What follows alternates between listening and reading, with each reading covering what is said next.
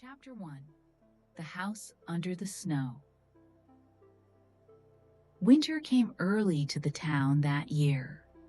Snow began to fall before autumn had truly ended, and then it did not stop for weeks.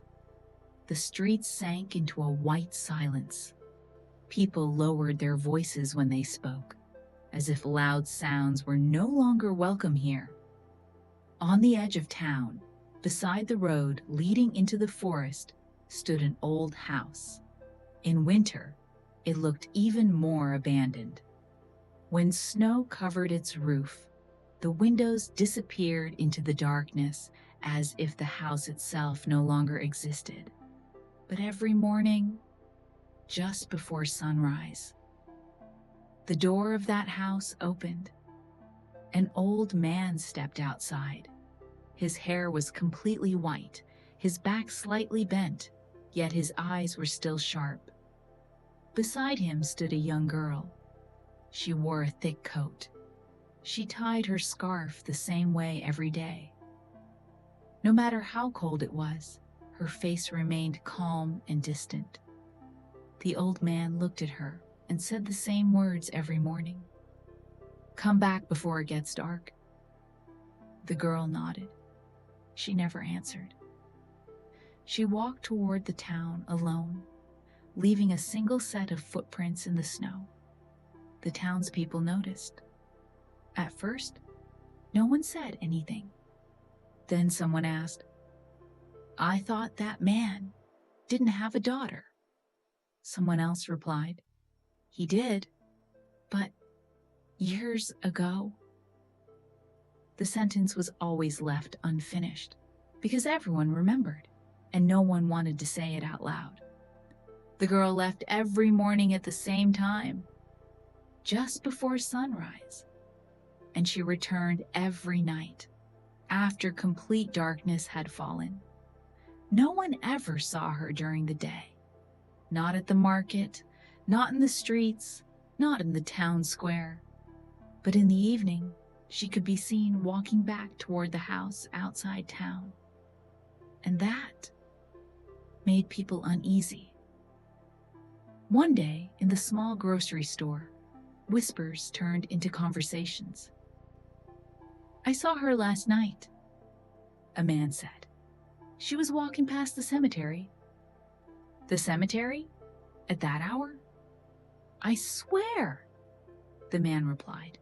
She stopped for a moment. Then, it was like she wasn't really there. No one fully understood what he meant, and no one asked him to explain. The old man lived simply. He woke early, lit the stove, and waited for his daughter to return. Sometimes he sat by the window, staring outside. His wife had died years ago. Her grave was in the town cemetery. And there was one more grave, but the old man hadn't visited the cemetery in a very long time. Because every evening, when the door opened, seeing the girl was enough. The rumors grew. One woman whispered to her neighbor, "I saw the same girl in two places at once." "What do you mean?" "She was by the cemetery, and then on the road home." "You must be mistaken." The woman shook her head. "No, same coat, same walk." Another rumor followed. People said the girl sometimes entered the house without opening the door. One man claimed he watched the house late at night. "The light was on," he said. Then the girl arrived, but the door never opened. No one wanted to believe it, but no one could deny it either. And there was one thing no one spoke about. The girl never aged. Years passed, winters came and went, but she always looked the same. Chapter 2. The Girl Who Vanished by Day. Winter slowed everything in the town. Time itself seemed frozen, and the girl was the greatest disturbance in that stillness.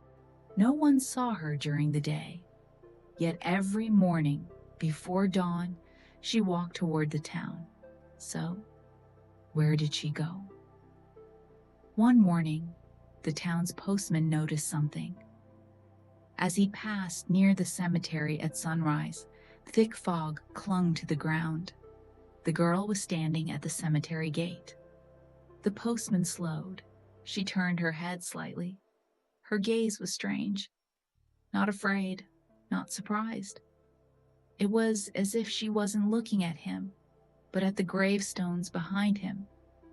Then the fog thickened, and she was gone. The cemetery gate was locked. After that day, the postman chose another route. The whispers grew louder. This isn't normal. Maybe she's sick. Or maybe something else. No one dared to finish the thought. The old man heard nothing, or pretended not to. In the evenings, they ate together. The girl barely touched her food. "Are you not hungry?" he asked once. She only shook her head.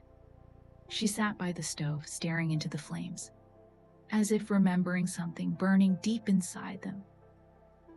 One night, the old man fell asleep. He woke near midnight. The stove was cold. The house was freezing. The girl stood by the window. "What is it?" he asked. She didn't answer. He approached her and noticed something. There was no breath on the glass. The window was cold, but her breath did not fog it. He noticed, then chose not to think about it. Because some thoughts never leave you alone. A farmer claimed he saw her leaning against the house wall. And then, someone asked, she passed through it, like it wasn't there. People laughed, but the farmer didn't. The cemetery keeper noticed something too. Every morning before sunrise, the snow on one grave was disturbed. No footprints, no digging. As if the ground itself had breathed. The old man's past resurfaced. After his wife died, he withdrew from everyone. Then his young daughter. The child's grave lay beside her mother's, and no one had seen the old man visit it since. One evening, the old man looked at the girl. "You've grown," he said. She smiled. But it was not the smile of a child. It was the smile of someone saying goodbye. That night, heavy snow fell. And in the morning, identical footprints appeared in two different places. Same size, same distance. The town was certain now. The girl was not only in one place. Chapter 3. What the Earth Remembers. As winter deepened, the town closed in on itself. The cemetery keeper spoke openly at last. "It's always the same grave," he said. "The old man's daughter." People avoided the girl now, but she continued walking home every evening. The old man grew weaker. His cough worsened. One night, he collapsed by the stove. The girl helped him up. Her hands were cold, not from winter, from something deeper. That night, he dreamed of his wife and their daughter. Young, very young. When he woke, the girl sat beside him. "Mom," he whispered.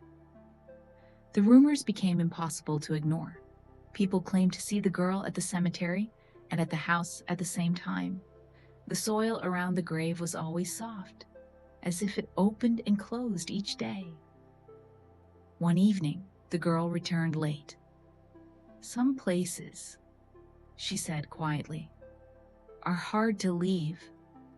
That night, the power went out across town. Only the house outside town had light. People swore they saw the girl among the graves, and at the same time, at the window. The old man did not wake the next morning, not yet dead, but close. For the first time, the girl did not leave at dawn. Something had changed, and everyone felt it.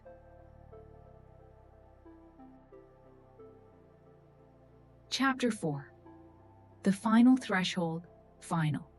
The old man lay still, breathing unevenly. The girl stayed by his side. No one from town came. Late that night, the old man spoke. "You didn't go today." "I don't go anymore," she said. "You were afraid of snow," he whispered. "You thought you'd disappear."